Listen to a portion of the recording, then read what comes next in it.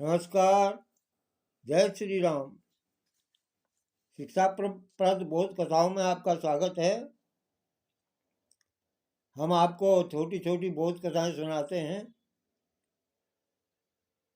जो शिक्षाप्रद होती हैं और विचारप्रद होती हैं, अच्छे विचारों को जन्म देती हैं। आज की बोध कथा का जो शीर्षक है वह है अजीब सादगी। अजीब सादगी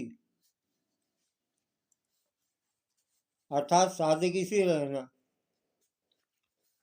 प्रसिद्ध साहित्यकार H.C. वेल्स का 3 मंजिला मकान था।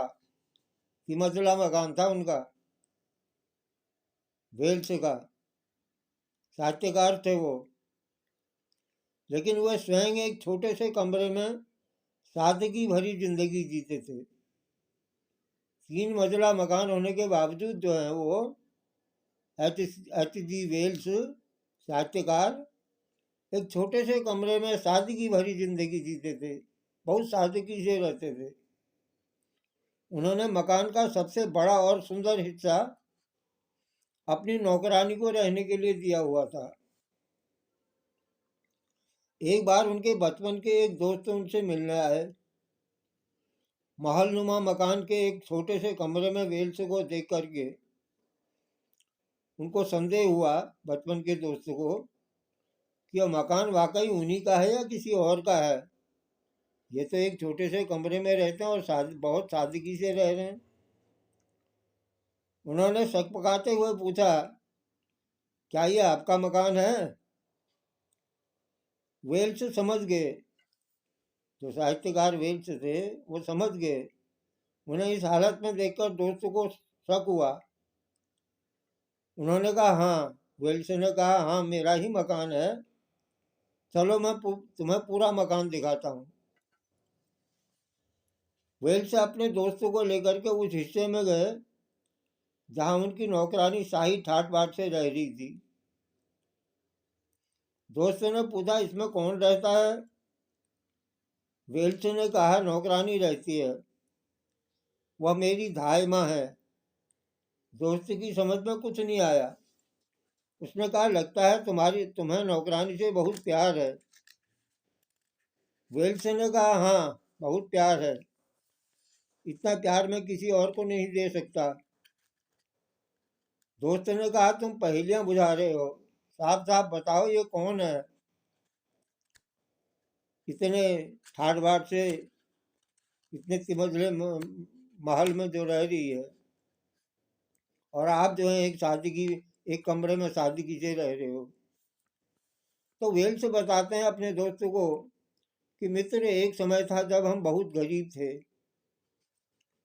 उस समय मेरी माँ घरेलू नौकरानी का काम करके किसी तरह काम चलाती थी। हम लोग एक छोटे से कमरे में रहते थे। माँ ने मुझे पढ़ाया लिखाया और बड़ा किया। आज मेरी माँ इस दुनिया में नहीं है, लेकिन मैं हर समय अपनी माँ का अक्स इस नौकरानी में देखता हूँ। ये मेरी धाई माँ है, बहुत पुरानी है, मेरी माँ के समय की है, और इसने भी मुझे माँ का जैसा प्यार दिया। आज मेरी माँ इस दुनिया में नहीं है, लेकिन मैं हर समय अपनी माँ का चेहरा जो है अपनी नौकरानी में देखता हूँ। इसलिए मैं अपनी सारी सुविधाएं इसे दे करके अपनी माँ को याद किया करता हूँ। इसके पहले कि तुम यह पूछो कि मैं इतने छोटे और साधारण कमरे में क्यों रहता हूँ, अच्छा, मैं इतने साधारण और छोटे कमरे में क्यों रहता हूँ, सादगी से क्यों रहता हूँ? तो वेल्स बोले, दोस्त, मैं इस तरह इसलिए रहता हूँ ताकि मैं अतीत को हमेशा याद कर सकूं कि मेरा अतीत क्या था, मैं क्या था, कैसे रहता था, कैसे मैंने गरीबी में दिन बिताए, कैसी मेरी माँ और मेरी जो इस समय नौकरानी है, मेरी धाई माँ ने मुझे पाला, किस कष्ट से। अतीत को हमेशा याद कर सकूं, इसलिए मैं एक छोटे से सादगी कमरे में सादगी से रहता हूँ। और अपनी माँ होने के नाते अपनी धाई माँ को मैंने जो है ठाट बाट से रहने को दिया हुआ है।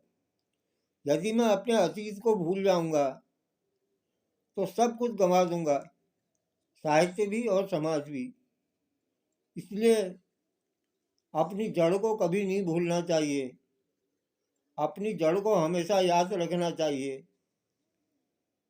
तो आज की जो बोध कथा है, अजीब सादगी, ऐतिसी वेल्स साहित्यकार की ये छोटी सी बोध कथा है, आपको कैसी लगी?